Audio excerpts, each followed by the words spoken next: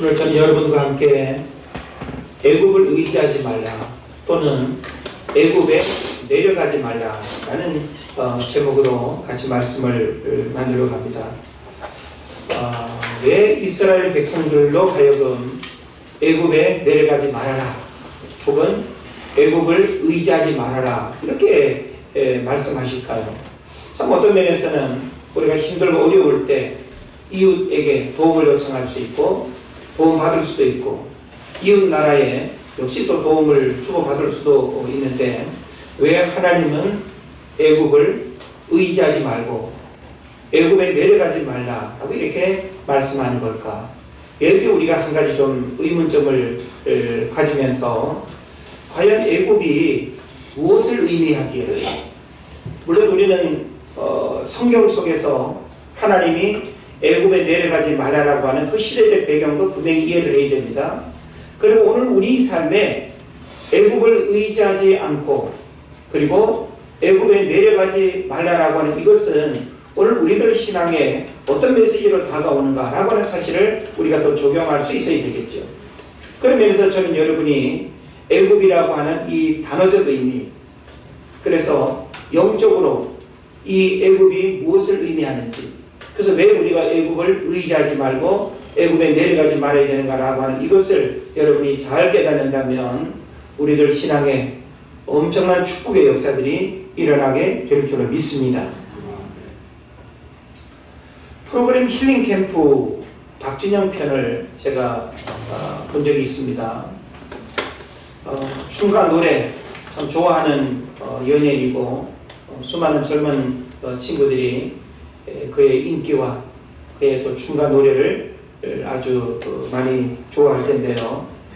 단순히 우리는 그가 지금 화려하게 누리는 보여지는 그것만을 바라보지 말고 그의 내면의 고민과 그 내면에 그가 생각하며 살아가는 그 한 부분을 들여다볼 필요가 있습니다.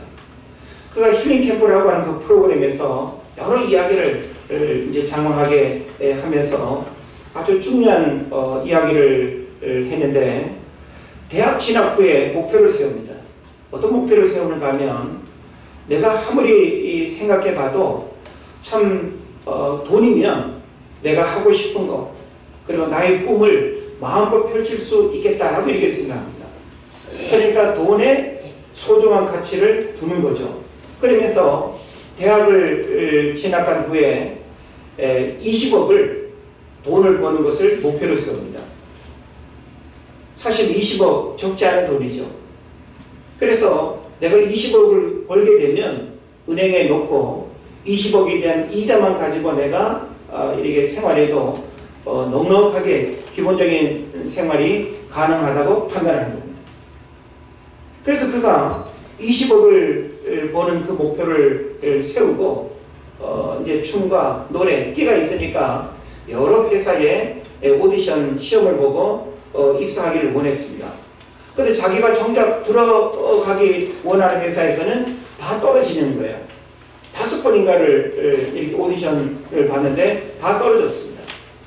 그래가지고는 별로 이름도 없는 신생 회사에 들어가게 돼요. 그런데 그 신생 회사가 이름이 신생 회사 그런지는 몰라도 얼마 지나지 않아가지고 부도를 맞으면서 회사가 또 문을 닫게 됩니다. 그래가지고는 아주 자연스레 이 박진영이 그 부도난 회사를 인수하게 되면서 자기가 이제 그 회사를 운영하는 자리에 이르게 되었습니다. 그러면서 자기가 노래를 발표하고 또 이제 곡을 쓰면서 일을 시작하게 됐는데 그가 노래를 부른 그것이 대히트를 친 거예요. 그래가지고는 26 나이에 20억을 훨씬 뛰어넘는 돈을 벌게 되는 거예요. 그래가지고 지금 JYP 건물도 그때 샀다고 이야기를 하더라고요. 그래서 돈을 26 나이에 20억이 넘는 큰 돈을 벌었으니 얼마나 흥분이 되겠어요. 꿈을 이루었습니다. 돈으로 뭐든지 할 수 있다고 생각했습니다. 그리고 그 돈으로 많은 일들을 또 해보았습니다. 그런데 시간이 지나면서 돈이 그 그가 생각했던, 그가 목표를 세웠던 마음의 진정한 자유와 행복을 주지 못한다는 사실을 발견합니다. 그러고는 그 꿈을 다시 수정합니다. 돈에서 명예로 수정합니다. 아직 그때는 무명이었고 이제 뜨는 시절이었기 때문에 돈은 경험했는데 더 내가 나의 꿈을 더 멋지게 더 가치 있는 꿈을 내가 이루기 위해서 돈에서 명예를 바꿉니다. 근데 우리나라에서 명예를 얻는 것은 좀 시시하다고 생각을 했어요. 그래가지고 여러 정보를 살펴보니까 미국에서 빌보드 차트에 아시아 사람이 쓴 곡이 한 번도 올라간 적이 없대요. 그렇다면 내가 미국에 건너가가지고 미국의 음악과 춤, 노래 대단하지 않습니까? 그런데 그 세계에 뛰어들어가서 자기의 이름을 드러내고 자기의 작품을 인정받는다라고 하는 거 결코 쉬운 일이 아닐 수 있습니다. 그런데 그가 모든 것 다 내려놓고 미국에 건너가가지고 몇 년간 엄청난 밑바닥 고생을 하면서 곡을 만들고 그리고 발표하게 됩니다. 빌보드 차트 6위에 5위에 4위에 오르게 되죠. 명예까지 얻었습니다. 명예를 얻었으면 돈과 더불어서 그가 추구하고 그가 최고의 가치로 여겼던 그것이 엄청난 만족을 줄 거라고 생각을 했습니다. 그런데 명예를 얻었는데도 마음에 만족이 없습니다. 그리고 부와 명예가 이렇게 하늘을 찌를 듯 주어진 그 상황 속에서 어느 날 자신에게 고민이 찾아옵니다. 내가 지금까지 여기까지 이르렀는데 이 모든 주어진 상황이 나의 노력만으로 되어진 게 아니라고 하는 사실을 생각합니다. 그러면서 하늘을 바라보고 보이지 않는 절대자 하나님을 생각하면서 그 하나님이 내 삶을 간섭하신다는 사실을 생각하게 되죠. 그러고는 이 박진영이 곰곰이 그런 질문 속에서 건강도 내가 주인이 아니라고 하는 사실을 생각합니다. 재산도 내가 좌지우지 할 수 있는 게 아니라고 생각합니다. 내 나름대로 어떤 엄청난 노력을 통해 가지고 돈도 경험했고 명예도 경험했지만 그 내면에 그것이 주지 못하는 그 불만족, 그래서 그가 더 이상적인 것을 추구하면서 물질적인 것을 초월해서 그가 나눔과 더 가치 있는 그런 삶을 이렇게 고민하는 그런 이제 모습을 그 프로그램에서 보여주고 있습니다. 자, 여기까지의 이야기를 우리가 잠시 살펴보면서 대부분의 사람들은 부와 명예와 권력과 인기를 갈망합니다. 그리고 그것이 우리에게 행복을 가져다 준다고 생각합니다. 내가 돈이 없어서 그렇지 박진영이 꿈꿨던 그 삶의 목표 20억 주어지면 나는 만사오케이 뭐든지 할 수 있다고 우리가 생각을 합니다. 그러면서 돈을 향해서 내려갑니다. 명예를 향해서도 내려갑니다. 권력을 향해서도 내려갑니다. 글쎄 올라가는지 내려가는지 모르겠습니다만은 그것들을 향해서 우리가 가름박질하죠. 성경은 우리로 하여금 청소년들의 로망이며 대부분의 사람들이 갈망하는 이 문제들이 오늘 우리가 추구하는 삶의 문제가 되어서는 안 된다는 것입니다. 애국은 바로 박진영이 경험하고 목표로 삼았던 돈, 명예, 혹은 세상 사람들이 추구하는 권력, 인기, 명성 그 모든 것들이 애국이라고 말할 수 있습니다. 우리 나름대로 애국을 경험해 봤습니다. 여전히 우리 내면 한구석에는 그 애국을 갈망하는 마음들이 많이 있습니다. 오히려 하나님 믿어봤자 더 안 되는 것 같고 더 어려운 것 같고 믿음이 우리에게 주는 진정한 어떤 축복을 경험하지 못한다고 생각하면서 차라리 그냥 내가 마음대로 하고 싶은 대로 하며 살아가는 그 육신적인 삶이 더 만족스럽다고 생각을 하는 경우들이 있습니다. 우리는 오늘 성경에서 대단히 중요한 그 배경을 이해할 필요가 있습니다. 이스라엘 백성들은 구원받은 하나님의 백성들이죠. 구원받은 하나님의 백성들은 하나님의 명령, 하나님의 말씀, 그것이 그들의 삶의 원료여야 됐습니다. 근데 우리가 이스라엘의 역사를 들여다보면 시간이 지나면서 가나안 땅에 정착한 이스라엘 백성들이 사사시대를 지나서 왕을 세우고 또 왕이 이스라엘을 다스리는 그 시대 환경 속에서 분열이 되고, 그리고 결국 이스라엘이 어떻게 됩니까? 북이스라엘도 아수르의 멸망을 당하고 남유다는 바벨론의 멸망을 당하는 이와 같은 일들이 일어나는 거예요. 북이스라엘이 먼저 586년에 멸망을 당했죠. 그런데 성경을 우리가 보게 되면 북이스라엘이 먼저 멸망을 당한 이후에 남유다를 또 멸망시키려고 바벨론이 공격을 해오고 예루살렘을 포위를 합니다. 이런 상황 속에 국군이 달려있는 이 절대절명의 위기 상황 속에서 이스라엘 백성들이 무엇을 어떻게 선택해야 될까요? 어떻게 해야 살아남을 수 있고 어떻게 해야 이 위기를 극복할 수 있습니까? 선지자 예레미야가 있습니다. 예레미야에게 이스라엘 백성들이 요구합니다. 하나님께 물어달라. 우리가 지금 이 상황에서 무엇이 문제인지, 어떻게 해야 살아남을 수 있는지 예레미야 선지자로 하여금 묻도록 요청하죠. 예레미야가 하나님께 기도합니다. 하나님께서 이스라엘 백성들에게 살 수 있는 방법을 예레미야에게 알려주십니다. 그 방법은 뭔가 하면 바벨론에 두 손 드는 거예요. 백기, 항복하라는 거예요. 항복하면 너희들의 목숨도 지켜질 것이고, 시간이 지나면 하나님의 섭리 속에서 다시 돌아오는 회복의 역사들이 일어날 것이라고 하는 것을 이미 선지자를 통해서 말씀하셨어요.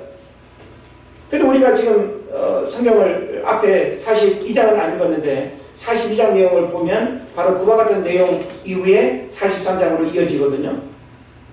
그렇게 이야기를 하고 나니까 이스라엘 백성들이 그건 거짓말이다. 너가 다른 사람의 말을 꼬드겨가지고 부추겨서 너가 지금 거짓말을 지금 하는 거라고 이야기를 합니다. 그러면서 이스라엘 백성들이 선지자 예레미야를 통해서 하시는 말씀을 듣지 아니하고 뭘 선택하는가 하면 애굽으로 내려가겠다는 거예요. 애굽으로 들어가겠다는 거예요. 애굽의 보호를 받겠다는 거예요. 그래서 오늘 성경을 보게 되면 다바네스에 이르러라고 표현하고 있죠. 다바네스라고 하는 이 말은 애굽의 고센 지역을 의미하는 단어입니다. 여러분, 고센 지역 연관시켜서 여러분이 떠올려야 할 중요한 이야기가 있죠. 뭡니까? 그렇죠. 요셉이 애굽의 총리가 되었을 때 야곱의 70명의 가족들이 애굽에 내려왔죠. 그들이 정착한 땅이 어디였어요? 고센 지역. 우리가 창세기부터 지금 여기 선지서에 나오는 이 말씀의 맥락을 연결해서 여러분 볼 수 있어야 됩니다. 이스라엘과 애굽의 역사적인 관계는 어찌 보면 우리나라와 일본의 관계처럼 애증의 관계라고 해야 될까요? 참 이웃 나라이기 때문에 가까워야 함에도 불구하고 가깝고도 먼 나라, 사랑해야 될 나라임에도 불구하고 뭔가 증오가 또 일어나는 나라. 바로 이스라엘과 애굽은 그런 어떤 관계적인 문제들이 있는 거예요. 그래서 우리가 창세기 26장, 27장에도 보게 되면 하나님께서는 계속적으로 아브라함과 이삭과 야곱뿐만 아니라 그 백성들에게 뭘 말씀하는가 하면 애굽으로 내려가지 말라는 말을 여러 번 했어요. 애굽으로 처음 내려간 사건 여러분 기억하시나요? 아브라함이 내려갔죠. 왜 내려갔습니까? 하나님이 갈대아 우리에서 아브라함을 불러내시고 가나안 땅으로 인도하셨잖아요. 근데 가나안 땅에 와보니까 정착해서 살기에는 너무나 촉박한 거예요. 여러분, 이스라엘이라고 이 가나안 땅을 잘 이해해야 되는데, 가나안 땅은 하나님이 비를 내려주시면 살기에 전혀 문제가 없는 땅입니다. 그런데 하나님께서 비를 내려주시지 않으면 완전 사막, 생존 불가능한 그런 땅이 팔레스타인 땅입니다. 그러니까 인간의 노력으로는 그 땅에 살 수 있어요? 없어요? 없는 거예요. 이스라엘이라고 하는 이 땅은 누구의 절대적인 도움을 필요로 하는 땅이에요? 하나님의 도움이 있어야만 하는 땅이 이스라엘 땅이에요. 그렇기 때문에 이스라엘 백성들은 가나안 땅에 살게 될 때 누구를 끊임없이 바라보고 의지해야 돼요? 하나님을 바라보고 하나님을 의지하고 하나님으로부터 주어지는 그 은혜 속에 살아야 가나안 땅에서의 삶이 가능한 거예요. 근데 지금 이스라엘 백성들이 아브라함 때부터 보게 되면 기근을 피해서 애굽으로 내려갔습니다. 애굽에 내려갔다가 어떤 일이 있었죠?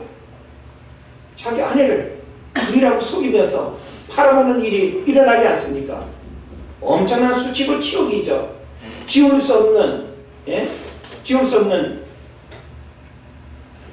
사건입니다. 좋은 것이 같은 그런 사건이죠. 그런데 이 일은 또 반복됐고, 그리고 누구에게 또 일어났습니까? 그 아들 이삭에게도 또 일어났어요. 그러면서 이런 여러 가지 사건과 일들을 통해서 하나님이 뭘 말씀하시는가 하면 이스라엘 백성들 하여금 너희들은 기근이 찾아오고 고난이 찾아오고 어려움이 온다 할지라도 그 땅을 떠나지 말고 애굽으로 내려가지 말라는 거예요. 자, 그런데 이 지리적인 특징으로 본다면 애굽은 4대 문명의 발상지 가운데 하나죠. 그죠? 애굽은 어떤 강이 있습니까? 나일강이 있어가지고 나일 문명을 이루고 있잖아요. 저도 나일강 가봤습니다만은 나일강은 한강변보다 더 폭이 넓어 보여요. 굉장히 큰 강이 흘러넘칩니다. 저 아프리카에서부터 시작해가지고 몇천 킬로가 넘는 그 강줄기가 애굽을 휘감고 바다로 나가는 거예요. 그러다 보니까 이 나일강 삼각주에는 그냥 씨만 뿌려도 거두기만 하면 될 정도로 농사가 너무 잘 되고 비옥한 땅이에요. 고센 지역은 이스라엘 애굽 사람들이 별로 좋아하지 않는 유목생활을 하기에 너무나 좋은 땅이 고센 지역이에요. 그래서 야곱의 70명의 가족들도 애굽에 내려가가지고 어디에 머물렀다 그랬죠? 고센 땅에 머물렀습니다. 몇 년 동안 살았어요? 430년 동안 살았어요. 너희들이 살아야 할 땅은 가나안 땅이지 여기서 아무 근심 걱정 없이 물질적인 풍요 속에서 살아가는 이것이 하나님이 원하시는 삶이 아니라고 하는 거예요. 하나님의 백성은 하나님이 원하시는 삶의 자리에 있어야 되고 하나님이 원하시는 삶의 방법대로 살아야 되는 겁니다. 그래서 하나님이 그 백성을 출애굽시켰죠. 광야 40년을 거쳐서 가나안 땅에 들어오게 했습니다. 이게 바로 기본적인 역사예요. 좀 전에도 제가 설명한 것처럼 가나안 땅, 이스라엘 땅은 전적으로 하나님을 의지하고 하나님께서 그 땅에 비를 내려 주셔야만 살 수 있는 그런 땅입니다. 그런데 오늘 성경에 보니까 이스라엘 백성들이 전쟁이 일어나서 죽을 위기가 처한 이 상황 속에서 하나님의 말씀의 원리를 무시합니다. 하나님은 예레미야 선지자를 통해서 너희들이 지금 살 수 있는 유일한 비결이 뭐라는 거예요? 바벨론에 항복하는 거예요. 너희들이 항복하면 싸우다가 죽거나 하는 일은 없다는 거예요. 근데 너희들이 항복하지 않게 되면 너희도 망하고 너희들이 설령 하나님의 뜻을 거역하고 애굽으로 내려간다 할지라도 애굽에도 칼과 기근과 전염병으로 너희들이 죽게 될 거라는 거예요. 그런데 이스라엘 백성들은 선지자를 통해서 하시는 하나님의 말씀을 듣지 아니하고 애굽에 내려가는 일을 가장 옳은 선택으로 생각하고 있다는 사실이죠. 성경은 우리에게 뭘 말씀합니까? 따라합시다. 애굽으로 내려가지 말라. 애굽을 의지하지 말라. 자, 이와 같은 말씀은 오늘 본문과 더불어서 앞에 42장에도 우리가 좀 주목을 해볼 필요가 있습니다. 한번 살펴볼까요? 자, 앞장 예레미야서 42장 14절부터 자, 14절 보면 또 말하기를 우리는 전쟁도 보이지 아니하며 나팔 소리도 들리지 아니하며 식물의 핏절도 당치 아니하는 애굽 땅으로 결단코 들어가 거하리라 하면 잘못되리라. 이들이 생각할 때 애굽 땅은 어떤 곳이라고 생각하고 있어요? 전쟁도 보이지 않고 나팔 소리도 들리지 않고 식물의 핏절도 당하지 않는 그런 땅이라고 생각한다는 거예요. 너희들이 생각할 때 애굽의 바로왕 그늘 밑으로 들어가면 안전할 것 같지만 그것은 하나님이 원하시는 방법이 아니라는 거예요. 그러면서 너희 유다의 남은 자여 이제 여호와의 말씀을 들으라.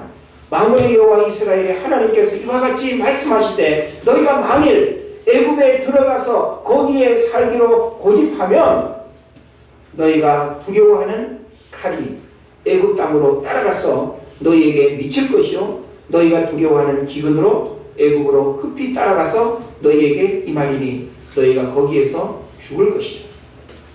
무릇 애굽으로 들어가서 거기에 머물러 살기로 고집하는 모든 사람들은 이와 같이 되리니 곧 칼과 기근과 전염병에 죽을 것인즉 내가 그들에게 내리는 재난을 벗어나서 남을 자가 없으리라. 이게 하나님의 말씀입니다. 애굽에 내려가서는 안 된다는 거예요. 역시 이사야서 31장 1절 3절에도 똑같은 말씀이 나옵니다.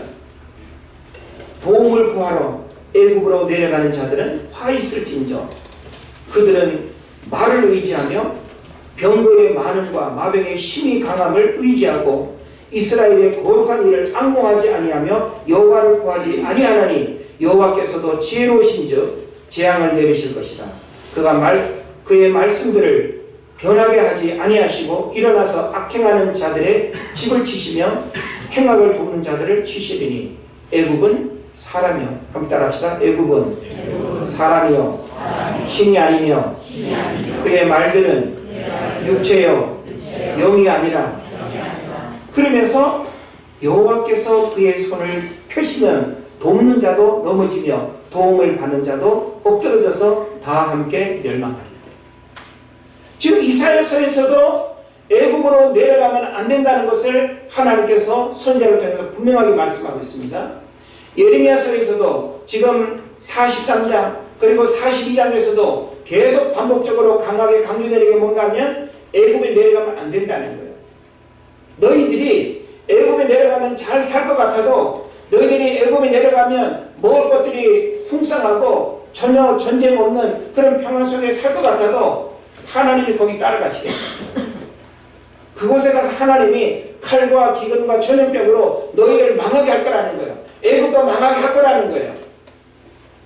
이건 하나님께서 우리에게 단순히 겁박하는 차원이 아니라 구원받은 하나님의 백성들이 어떻게 살아야 되는가라고 하는 중요한 삶의 원리를 우리에게 가르쳐 준다는 거예요. 이걸 우리가 잘 깨달아야 되는 것입니다. 그래서 시편 147편 10절로 11절을 보면 이렇게 말씀합니다. 여호와는 말의 힘이 세다 하여 기뻐하지 아니하시며 사람의 다리가 억세다 하여 기뻐하지 아니하시고 여호와는 자기를 경외하는 자들과 그의 인자하심을 바라는 자들을 기뻐하시는도다. 할렐루야. 네. 하나님은 사람을 의지하고 그리고 세상에 물질적인 풍요가 주는 그 힘을 의지하는 거 기뻐하지 않는다는 거예요. 오늘 우리는 우리 삶의 여러 가지 어려움의 문제들을 자꾸 애굽에 내려가서 해결하려고 합니다. 지금 이곳에서 그 하나님이 내게 부어주실 그 은혜와 믿음의 역사를 사모하고 그걸 우리가 경험하려고 하기보다는 인간적인 방법으로 머리 부리면서 내가 생각하는 유토피아, 내가 생각하는 안전지대, 내가 생각하는 어떤 전쟁 속에서도 살아남을 수 있는 그런 지하 벙커, 그런 우리는 자꾸만 갈망하는 거예요. 가능합니까? 그래서 오늘 우리는 하나님께서 애굽을 의지하지 말아라 혹은 애굽에 내려가지 말아라 라고 하는 이 말씀의 의미를 잘 깨달아야 됩니다. 그래서 오늘 우리에게 이 애굽은 어디인지 무엇을 의미하는지 이걸 우리가 생각을 해야 되겠죠. 애굽을 내려가지 말라고 했고 애굽을 의지하지 말라고 했습니다. 구원받은 하나님의 백성들이 살아야 할 땅은 가나안 땅이고 이스라엘 땅이죠. 그리고 그들은 또 역시 하나님의 말씀을 듣고 하나님이 말씀하시는 대로 행해야 살아남는 것이지 애굽으로 들어간다고 해가지고 살아남을 수 있는 게 아니라는 겁니다. 그래서 오늘 우리는 대단히 중요한 원리들을 생각을 해야 되는데 애굽은 어디냐?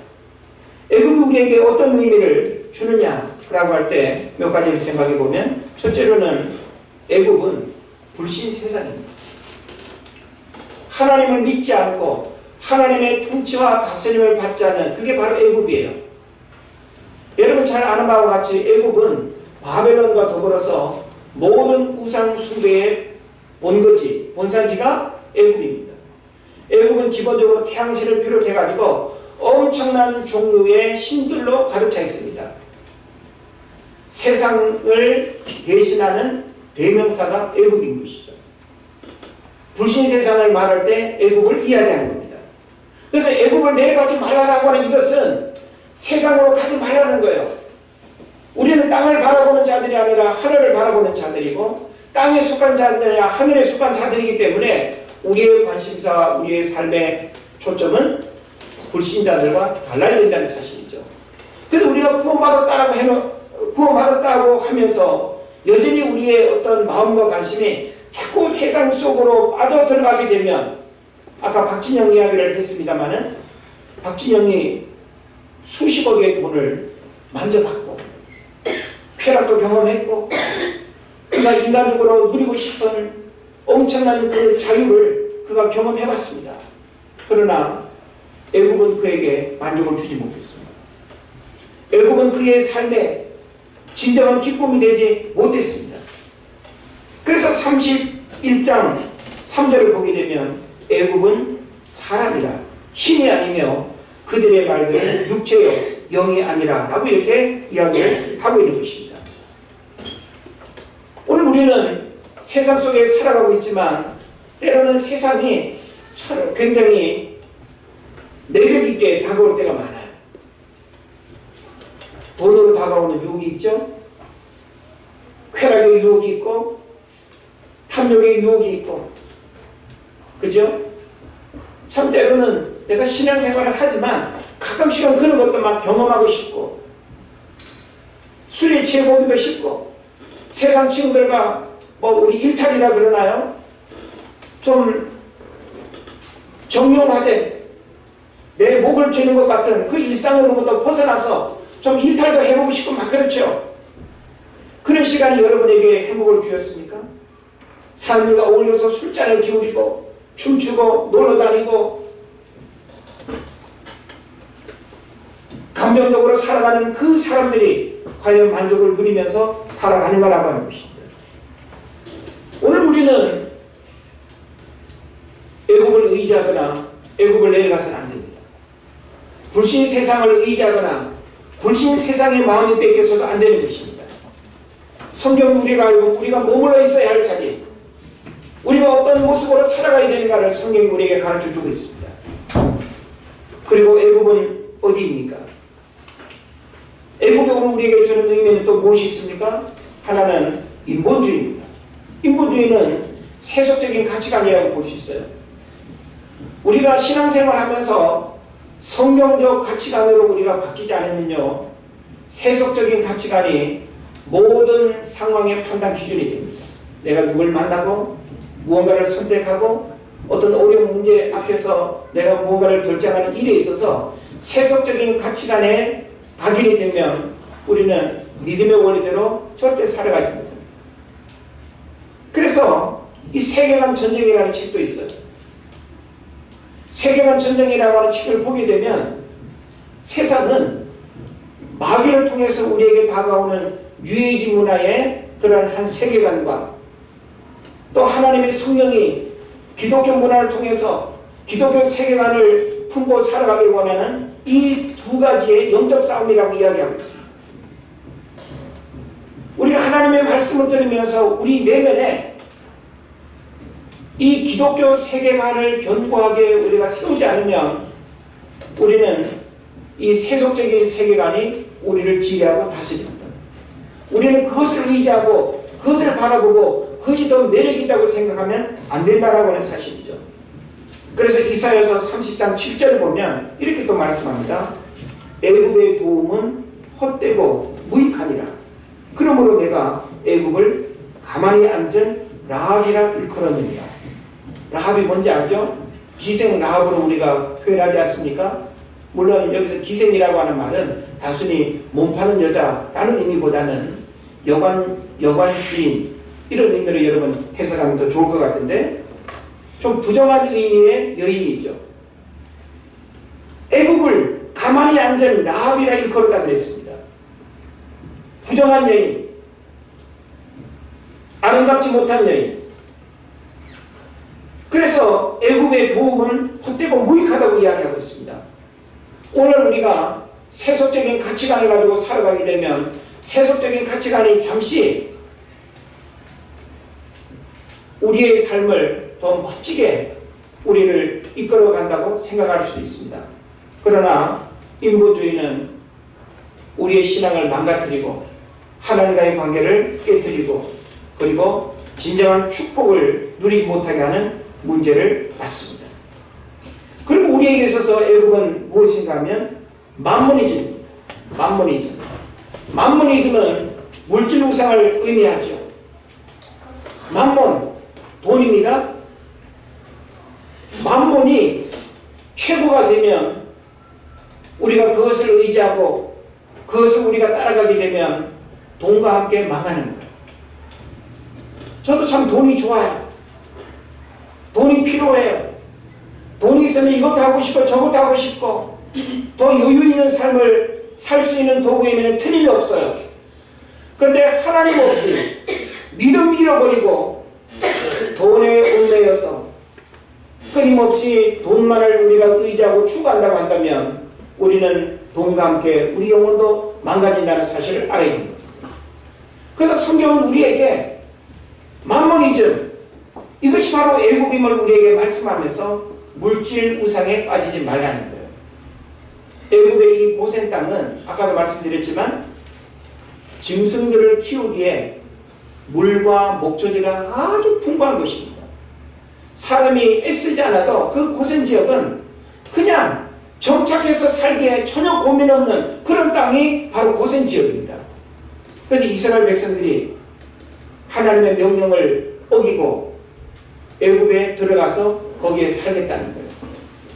그런데 하나님의 보호를 벗어나고 하나님의 뜻을 거역해서 인간이 선택한 그 삶의 행복과 안전과 생명이 보장될 수 있습니까? 성경을 보게 되면 하나님께서 끊임없이 반복하는 메시지가 뭔가 하면 너희들이 애굽에 들어간다고? 들어가봐. 내가 애굽에 따라 들어가가지고 칼과 김과 전염병으로 애굽도 너희들도 망하게 한다는 거예요. 다시 말하면 오늘날 우리가 하나님이 원하지 않는 그 애굽의 것들을 우리가 따라가고 의지하고 추구하게 되면 그 속에 하나님께서 망하게 하는 그런 일들이 일어난다는 것입니다.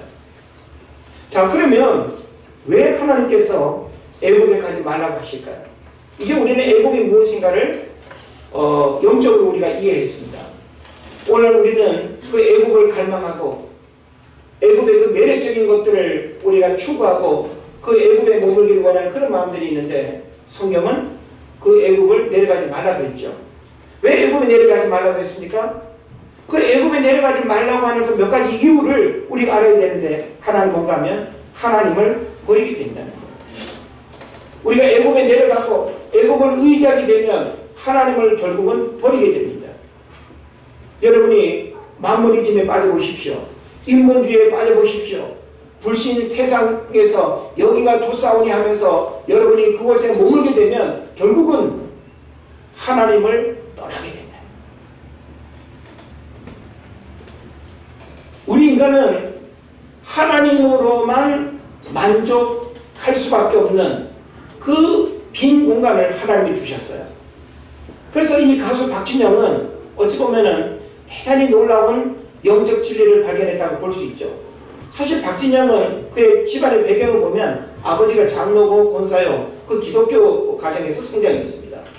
청소년 시절에 우리가 일반적으로 이해하고 있는 아주 그냥 교회 안에서 착한 오빠, 아주 멋진 신앙생활을 했어요. 그런데 시간이 지나면서 회의가 찾아왔습니다. 내가 이 믿는 가정에서 태어난 거 내가 선택이 아니잖아요. 내가 불신 가정에 태어났다라고 하면 당연히 내가 불신자가 됐을 거고, 이슬람 지역에서 내가 태어났다라고 하면 자연스레 알라를 섬길 수밖에 없는데, 이거는 나의 선택이 아닌 그런 환경 속에서 태어났기 때문에 과연 내가 선택한 이 종교와 이 믿음과 이 신앙이 옳은가에 대한 신앙적 사춘기를 겪게 됩니다. 그래서 제법 긴 시간 하나님을 떠나고 하나님을 등지고 무신론자처럼 그가 살아갑니다. 그런데 그가 추구했던 삶의 목표가 돈이었고 명예였고 세상적인 것들이었죠. 그런데 그가 이 애국으로 표현되어지는 그런 것들을 엄청나게 누리며 경험했지만 애국이 주는 만족이 없다라는 거예요. 오늘 우리는 애국이 좋다고 생각할 때가 있어요. 애국에 막 내려가고 싶어요. 애국 그 고생 땅에 가면 물도 풍부하고 목조리도 풍부하고 전혀 고생하지 아니하고 내가 마음대로 복지할 때 모든 거 마음대로 다 누릴 수 있는데 왜 애국에 들어가지 말라고 하지? 아니 내가 거기 가가지고 하나님 잘생기면 되잖아. 그런데 하나님이 그 애국에 들어가지 말라고 하는 이유는 뭔가 하면 시간이 지나면서 하나님을 등지고 하나님을 잃어버리기 때문에 그래요. 우리가 처음에는 조건도 좋고 환경도 좋으면 하나님도 잘 믿을 것처럼 생각해요. 그런데 그야말로 등 따뜻하고 배부르면 하나님을 잊어버리기가 쉽습니다. 그래서 어떤 면에서는 삶의 긴장감이 있는 게 좋아요. 고난이 잠깐 찾아오는 게 좋아요. 시편에 보면 119편에 뭐라고 말씀하고 있죠? 고난 당하기 전에는 내가 그렇게 행하였더니, 고난이 오히려 그 고난의 의미를 깨닫고 나면 고난 당한 것이 내게 유익이라고 하는 고백을 하게 된다는 것이죠. 너무 여러분 애굽의 안락함을 갈망하지 마십시오. 애굽의 풍요를 사모하지 마십시오. 중요한 것은 하나님의 통치와 다스림을 받고 하나님의 간섭이 있고 하나님으로부터 부어지는 그 은혜의 자리에 머무는 것이 거기가 진정한 축복의 땅임을 믿으시기를 바랍니다. 그래서 왜 하나님께서 애굽에 내려가지 말라고 했는가? 하나님을 결국 버리게 되니까 가지 말라고 하는 거예요. 너희들이 하나님을 버리면 죽는다, 망한다, 구원받지 못한다, 저주받는다. 하나님은 다 아시는 거예요. 이스라엘 백성들이 애굽 땅에서 430년간 살면서 하나님 잘 믿었어요? 하나님 다 잃어버렸어요. 무슨 하나님을 그들이 찾습니까? 야곱의 70명의 가족들이 처음에는 얼마나 감사 예배드리며 가정 예배드리며 기뻐했겠습니까? 시간이 지나면서 완전히 애굽 문화에 동화되고 애굽화 되어버렸어요. 그래서 하나님이 모세를 통해서 이스라엘 백성들을 출애굽한 줄로 믿으시기를 바랍니다. 그 다음에 왜 애굽에 가지 말라고 했는가? 물욕에 사로잡히게 된다는 거예요. 세속적인 욕심에 사로잡히게 되면 망하는 거예요. 물질은 영원하지 않습니다. 물질은 있다고도 없고 없다고도 있는데 우리가 물욕에 사로잡히게 되면 그 물욕은 우리의 인생을 불행하게 만들고 망가지게 만듭니다. 우리의 가치와 삶의 우선순위를 물질에 둬서는 안 된다는 것이죠. 왜 애굽에 내려가지 말라고 했을까요? 마지막으로는 영적 축복을 상실하게 된다는 거예요. 이스라엘 백성들은 가나안 땅에 머물러 있어야 하고 그리고 바벨론에 항복하는 것이 오히려 그들의 생명을 지키는 거라고 하나님이 말씀하셨어요. 근데 오히려 바벨론에 항복하지 않고 애굽에 내려가야 되고 그리고 애굽을 의지해야 된다라고 함으로 인해 가지고 시드기야가 콧겨가지고 바벨론 포로로 끌려가는 그 처참한 상황을 여러분 알지 않습니까? 말씀을 마칩니다. 애굽은 멀리 있지 않습니다. 우리 눈앞에 있습니다.